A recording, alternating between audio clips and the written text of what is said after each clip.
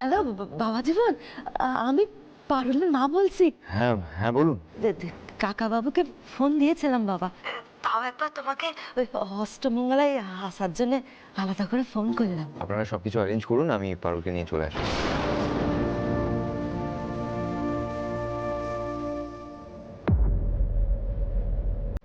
তুই কি বললি এটা?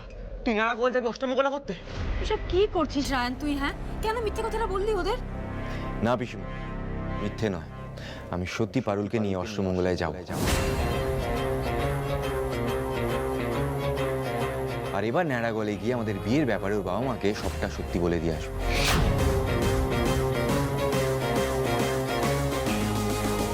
তোমরা ঠান্ডা মাথায় ভাবতে বললে, তাই ভাবলাই ভাবো। সত্যি তো পারুলের সাথে না ঝামেলা করে লাভ নেই, বরং ওর সাথে ভালো ব্যবহার করে আগে ন্যাড়াগোয়াল যাই,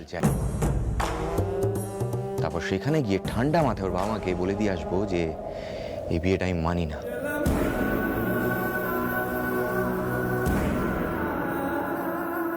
আর বলবো যেন পারুলকে ওরা নিজেদের কাছেই রেখে দেয়। ঠিক, এটাই বুদ্ধিমানের মতো কাজ হবে রায়ন।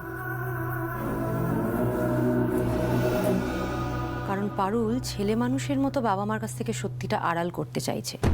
ও বুঝতে পারছে না যে এতে কিন্তু দুজনেরই ক্ষতি হচ্ছে, আর এই সিচুয়েশনটার সব থেকে বেশি অ্যাডভান্টেজ নিচ্ছেন বাবা। পারুলের বাবা মাকে সব সত্যিটা জানিয়ে দেওয়াই কিন্তু সব দিক থেকে সবার জন্য ভালো হবে। পারুলের সব থেকে বেশি চিন্তা ওর বাবা মাকে নিয়ে, তাই তো? কালকের দিনটা যদি নাটক করে পার করে দিতে পারতে, তাহলে আমার বাপটা তাহলে মরে যাবে। আমার শাস্তি আমার বাপ মাকে দিও লাইগো দাদুল্লাহ। ওর বাবা মাকেই যদি সব সত্যিটা বলে দেওয়া যায়, তাহলে পারুলের বাধ্য হয়ে কিন্তু এখানে থাকার আর কোনো দরকার নেই। পৌশালী যা বলছে তাহলে তাই কর, অষ্টমঙ্গলায় গিয়ে সবটা বলে দে যা।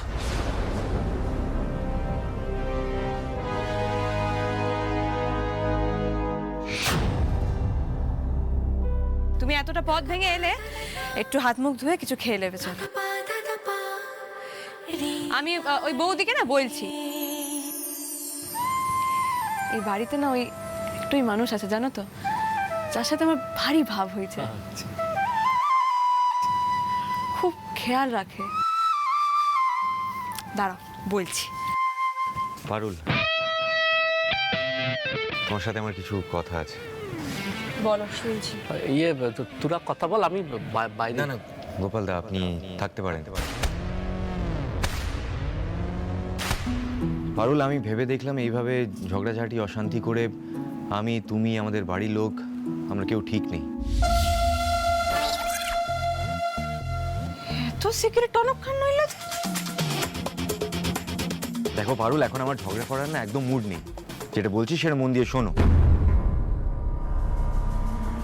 তোমার আগের দিনের কথাগুলো আমি ভাবলাম, আর ভেবে যা বুঝলাম তুমি ঠিকই বলেছিলে। দেখো, একটা কাণ্ড যখন ঘটেই গেছে তখন সেটা ঘরে বসে ইগনোর করে লাভ নেই। রোজ রোজ এই ঝগড়া ঠিক না। তাই আমি তোমাকে অষ্টমঙ্গলায় নিয়ে যাব। হ্যাঁ, হ্যাঁ, কি বলছো? তোমার বাবা মা আমাকে পার্সোনালি ফোন করে ইনভাইট করেছে। ওনাদের গলার টোন শুনে আমার বেশ খারাপই লাগলো। ওনারা তো আর তোমার মতো নয়, দে আর গুড পিপল। ওনারা এত আন্তরিকভাবে ইনভাইট করলেন যে আমি আর নিজেকে... ঠিক আছে, ফাইন, তাহলে যাওয়া যাক। এইটা তুমি একদম সঠিক সিদ্ধান্ত নিয়েছো রাহাত। আসলে কি ব্যাপার বলো তো, মানে কাকা কাকি খুব আশা করে রয়েছে তো, সেই লেগে। হ্যাঁ জানি তো, তাই এই সিদ্ধান্ত নিলাম। পারুল, তুমি আমাকে জানাও তাহলে তুমি কবে যাবে, কাল না পরশু? হ্যাঁ, আমি সেই বুঝে প্যাকিং করব। ওকে, আসছি।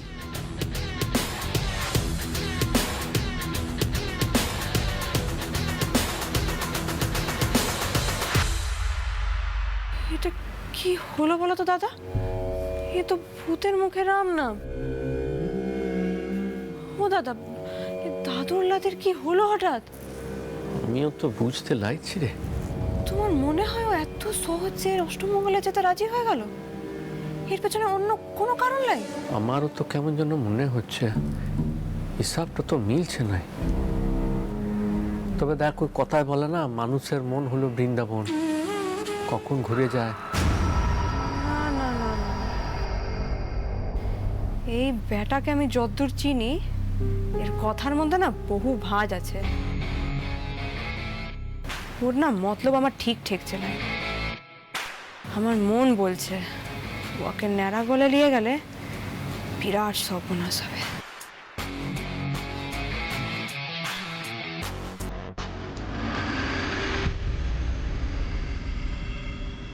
শুরু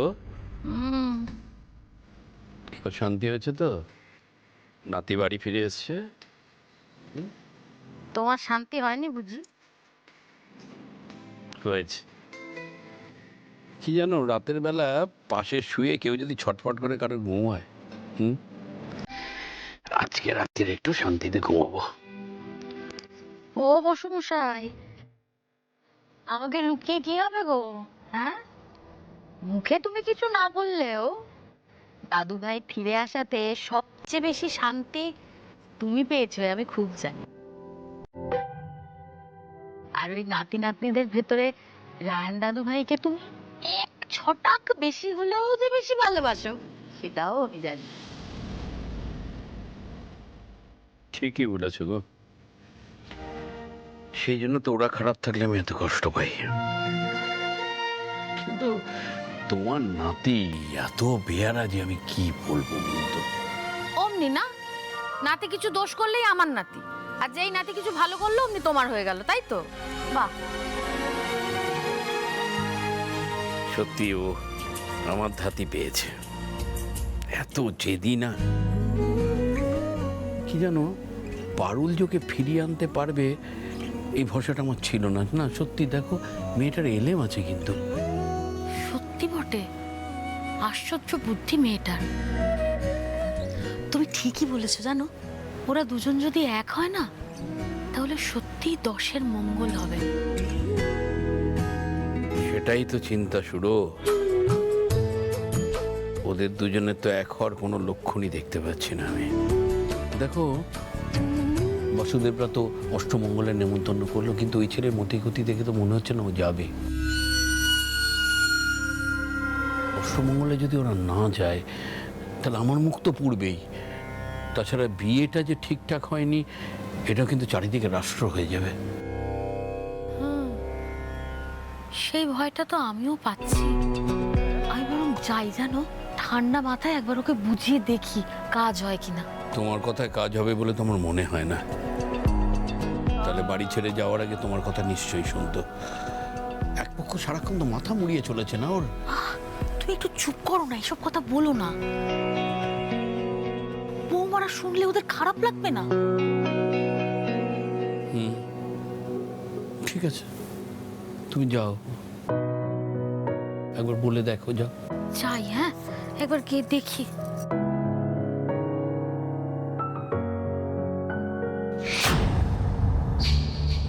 নবীন বাড়ুজের অনেক টাকা বাকি পড়ে গেল যে। হে শালা বাবু, কি করছোটা কি? আমার ঘাড়ে বসে ভালোই তো গিলছো। তো এই সামান্য টাকা আদায়ের কাজটুকু তোমাকে করতে দিয়েছি, সেটুকুও ঠিক করে করা যাচ্ছে ক্লাই? করছি জামাই বাবু, করছি। তবে এই শেষ এক সপ্তাহের মধ্যে যদি টাকা লা দেয়, বুকে পা তুলে যা করবার লাগে তাই করব। মেরা গোয়ালের একটা মালকেও আমি ছাড়ব না। ওরা আমাদের লিগে চিরশত্রুতা কইরা দিচ্ছে। বাবা, বাবা, কি হয়েছে? কি হেরোদের মতো চেঁচাইছিস কেন? আরে চেঁচাবো না তো কি করবো? অবিনাশ ঘোষালের ছেলেকে দেখে বাইরের লোকে হাসাহাসি করে, বলছে নাকি ও বিটির কাছে চড় খেয়ে আমি নাকি লগ্নভ্রষ্ট হয়েছি। জয়ের থেকে পর্যন্ত চাইতে পারছি না। সব সব দোষ কার বাবা বলো?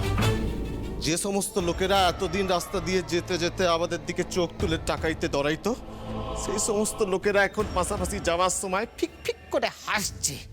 অবিনাশ ঘোষালের বেটা হয়ে আমাকে এগুলো সহ্য করতে হবে বাবা, এটা একটা বিহিত লাগে। কি করবো? সৈন্য সামন্ত সাজাই নিয়ে যুদ্ধে বেরোবো? দরকার হলে তাই বেরোবে, দরকার পড়লে তাই বেরোবে। মেয়ের গোষ্ঠী শেষ না করা অব্দি আমার শান্তি লাই বাবা, তবেই না হবে আসল বদলা। হিংসা করে করে না তোমার ভাগ্নের মাথাটা গেছে শালা বাবু, ওকে সামলাও। যা হয়ে গেছে হয়ে গেছে, সেই নিয়ে আবার মাথা ঘামানোর মতো সময় আমার লাই। অসৎসঙ্গটা একটু কম করতে বলো। আমি অন্য পিটি দেখছি ওর বিয়ার লিগে, ওরা আশুতোষ বসুর ফ্যামিলি, এর লিগে ফালতু ঝগড়া করবো লাই।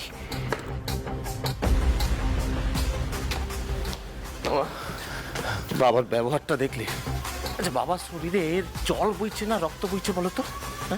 এত অপমানেও ভেতরটা ফুটছে না? ডর খাইছে পুরা ভাম। আমি নয় সবে আগুন জ্বালায় দিব, নয়তো সুইসাইড করে ভাগ্নে সব বলতে এলাই, তোর মামু আছে তোর সঙ্গে, তোর বাবা বদলা না নি। আমার ভাগ্নিকে যে অপমান করেছে তাকে আমি ছাড়ব না। কবে আসবে কোনো খবর পাইছু?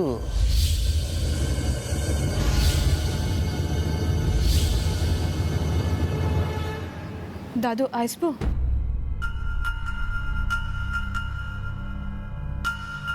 আমি জানি দিদিভাই তুই কেন এসেছিস। রায়ান অষ্টমঙ্গলায় যাবে কিনা সেটা নিয়ে চিন্তা করছিস, তাই তো? আমারও সেটা নিয়ে চিন্তা হচ্ছে রে দিদিভাই। না দাদু, আমি ঠিক তার উল্টোটাই চিন্তা করছি। উল্টো চিন্তা মানে? মানে রায়ান নিজে অষ্টমঙ্গলায় যাবে। কি বলছিস কি দিদিভাই? রায়ান নিজে বলেছে যাবে? হ্যাঁ দাদু, সেটাই তো চিন্তা লাগছে। ও একটু আগে আমার ঘরকে এসেছিল আর বলল। তোমার আগের দিনের কথাগুলো আমি ভাবলাম, ঠিকই বলেছি। দেখো, একটা কাণ্ড যখন ঘটেই গেছে তখন সেটা ঘরে বসে ইগনোর করে লাভ নেই। রোজ রোজ এই ঝগড়া ঠিক না। তাই আমি তোমাকে অষ্টমঙ্গলায় নিয়ে যাব। তোমার বাবা মা আমাকে পার্সোনালি ফোন করে ইনভাইট করেছে। পারুল, তুমি আমাকে জানাও তাহলে তুমি কবে যাবে, কাল না পরশু? হ্যাঁ, আমি সেই বুঝে প্যাকিং করব। কি বলছিস রে দিদি? এটা তো ভীষণ খুশির খবর। আমি জানতাম দিদিভাই, আজ নয় তো কাল ওর রাগ ঠিক পড়ে যাবে। না দাদু, এটা মোটেও খুশির খবর নয়। রায়ান নিজে বলছে ও আমার সঙ্গে ন্যাড়াগোয়ালে যাবে। ও না আমাকে সহ্য করতে পারে না ন্যাড়াগোয়ালকে, তাহলে ও কেনই বা আমার সঙ্গে যেতে চাইবে?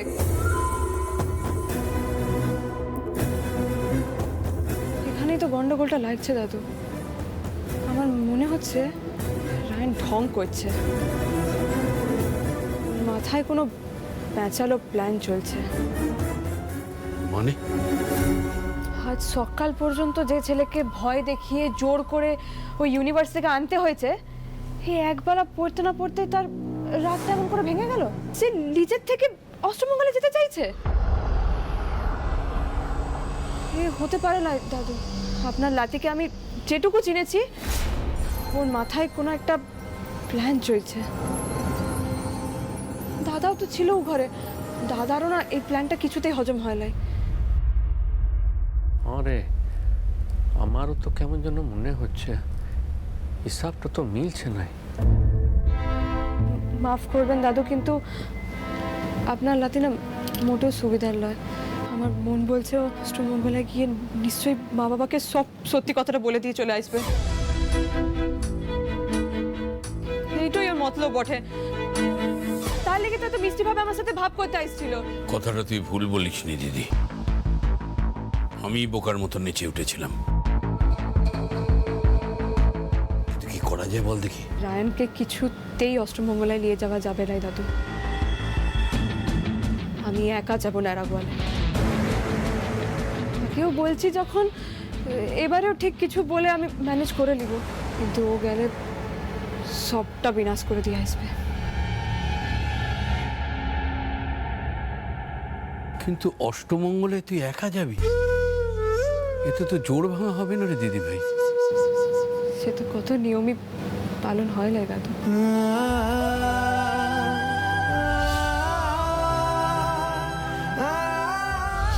সিঁদুরদানটাই যা হয়েছে তাই নয়? সে আমি বাবা ভুবনেশ্বরের কাছে মাথা টেকিয়ে ক্ষমা চেয়ে আসবো।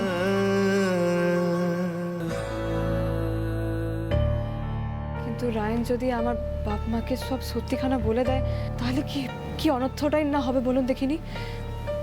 সেই ভালো, রায়ানকে কিছু জানাবার দরকার নেই।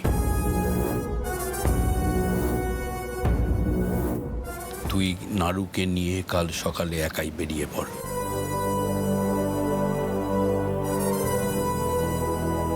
সব দিক দিয়ে বুদ্ধিমানের মতো কাজ হবে, এটাই।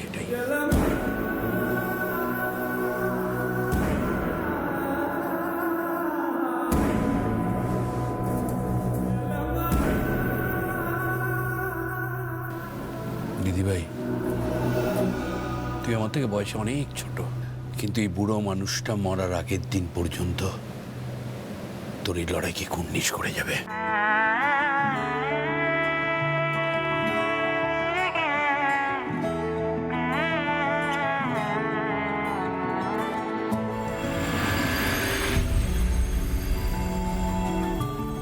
দাদু আসছি। সাবধানে যাস দিদিভাই। ঠাম্মি থাক মা থাক, অষ্টমঙ্গলায় মেয়ে জামাইকে জোরে যেতে হয় মা, তোকে কেমন চোরের মতন যেতে হচ্ছে। বাবা ভুবনেশ্বর যা আমাদের আর কি কি দিন দেখাবে উনিই জানেন। নিরুপায় হয়ে তো এভাবে একলা যাচ্ছি গো ঠাম্মি। জোরে গেলে তো এই আনন্দটুকু আর থাকতো লাইগো। কি আবার ঝামেলা হতো কে জানে। তার চেয়ে ঢের ভালো সুখ না থাক, তবে স্বস্তি তো আছে।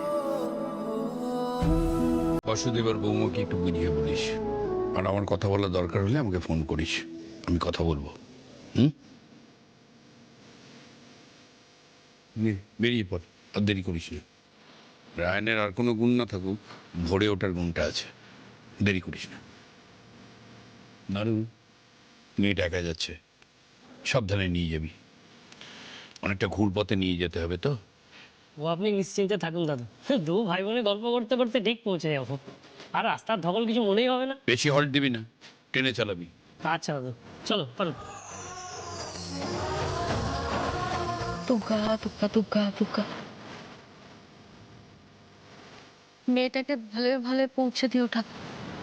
এই একরত্তি মেয়েটাকে তোমার ভরসায় ছাড়লাম বাবা ভুবনেশ্বর, তুমি দেখো। এই পিটি আর বিটা তো একসাথেই আসছে। সেটাই তো হবার কথা। যতটুকু খবর পেয়েছি ওরা কলকাতা থেকে রওনা দিয়ে দিচ্ছে। নেড়াগোয়ালের রাস্তা কাটা তো ওরা লাউ পোতা দিয়ে ঢুকবে। নেড়া গোয়ালে সীমানা পেরোবে লাগে, তার আগেই লাউ পোতাতেই দুটাকে মেরে পুরা পুঁতে দিব।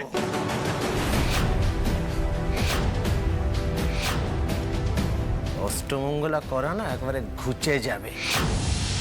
বড় লোকের বিটাকে বিয়া করা আমাকে অপমান করা।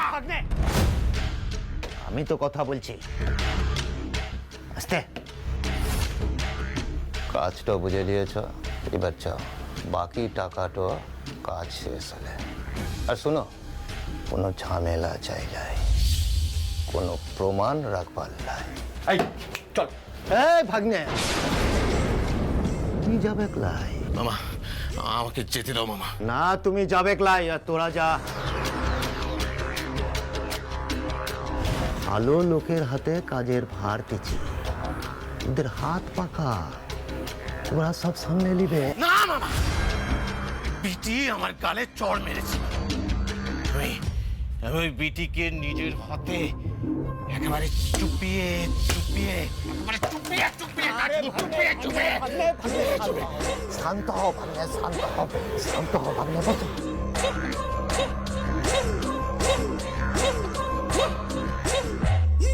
পয়সা পেলে কাজের লোক বসে আছে, মালিক হয়ে কেন তুমি ছুঁচো মেরে হাত গন্ধ করবে? হ্যাঁ, তাছাড়া ও এখন আশু বাবুর লাতবো। বসু পরিবারের ক্ষমতা কম নয়, কি দরকার নিজের দেখাইবার? তার চাইতে তুমি এনজয় করো, পারুর মূল্যেই তো হইল নাকি, আর সেটাও হবে এক। কি হলো দাদা, গাড়ি থামাইলে কেন? এখানেও কি রাস্তা কাটে নাকি? আরে না না, সে কোন সকালে বেরিয়েছি বলো দেখিনি, তোমায় খিদে লেগেছে। চলো ওই দোকানে যেয়ে ধেসারে ব্রেকফাস্টটা করিলি, তারপরে সাই করে একদমই নেড়া গোয়াল। ও নারুদা, তোমার না সবেতেই শুধু খাই খাই। মেলা ঘুরার পর যেতে হবে কিন্তু, মনে থাকে জানো? আরে বাবা, সব মনে আছে, তুমি চিন্তা করো না। আমার কি একা খিদে পেয়েছে নাকি? হ্যাঁ, তোমার পায় না? পেয়েছে তো দমেই, সেই লিগেই তো এক কথায় গাড়ি থেকে নেমে এলুম। তাহলে দাও দাদা, 2 জায়গায় কচুরি দাও।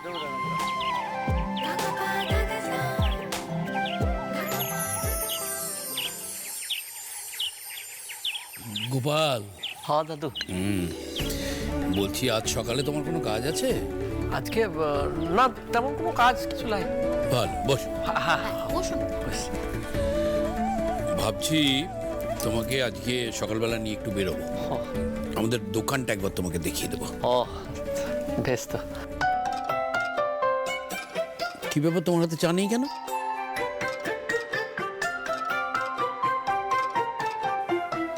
বড় বৌমা, এইখানটা রাখ বাবা, এইখানটা রাখ। এই জামাই বাবু, আমার হাতের বানানো স্পেশাল জুস, এটা না খেলে তো রুকু দিদির ঘুমই ভাঙে না।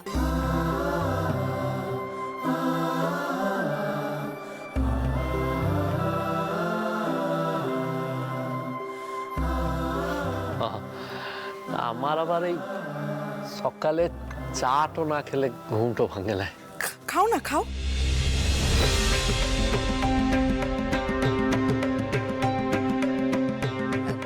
হ্যাঁ, ও সে ঠিক আছে, এই চাটাও আমি ভালো করে বানিয়েছি, স্পেশাল চা। ওই দেখুন না রংখানা কেমন এসেছে।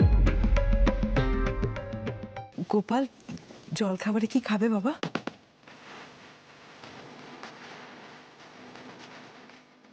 ওকে জিজ্ঞেস করে কিছু লাভ নেই বড় বৌমা, ওকে তো আর কম দিন দেখছি না, বড্ড লাজুক ছেলে।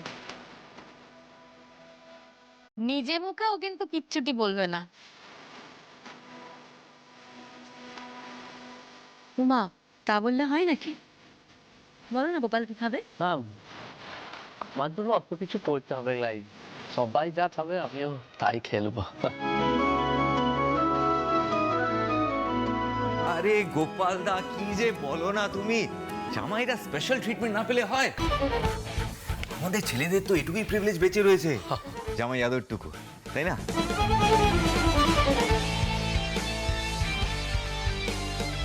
চান্স পেলে আদায় করে নেবে। এই যে আমাকে দেখো না, সুযোগ পেয়েছি অমনি যাচ্ছি। কোথায় যাচ্ছ? নারাগোয়াল, নেমন্তন্ন পেয়েছি তো।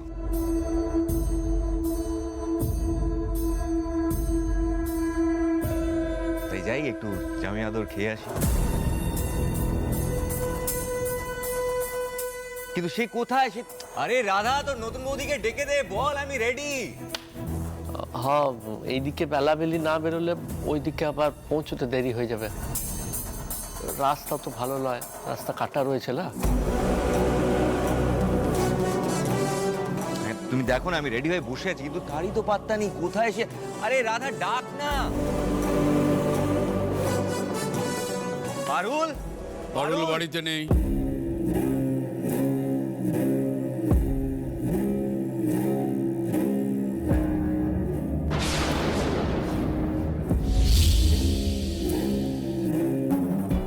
নেই মানে? কোথায় গেছে পারুল? নারাগোয়ালে গেছে।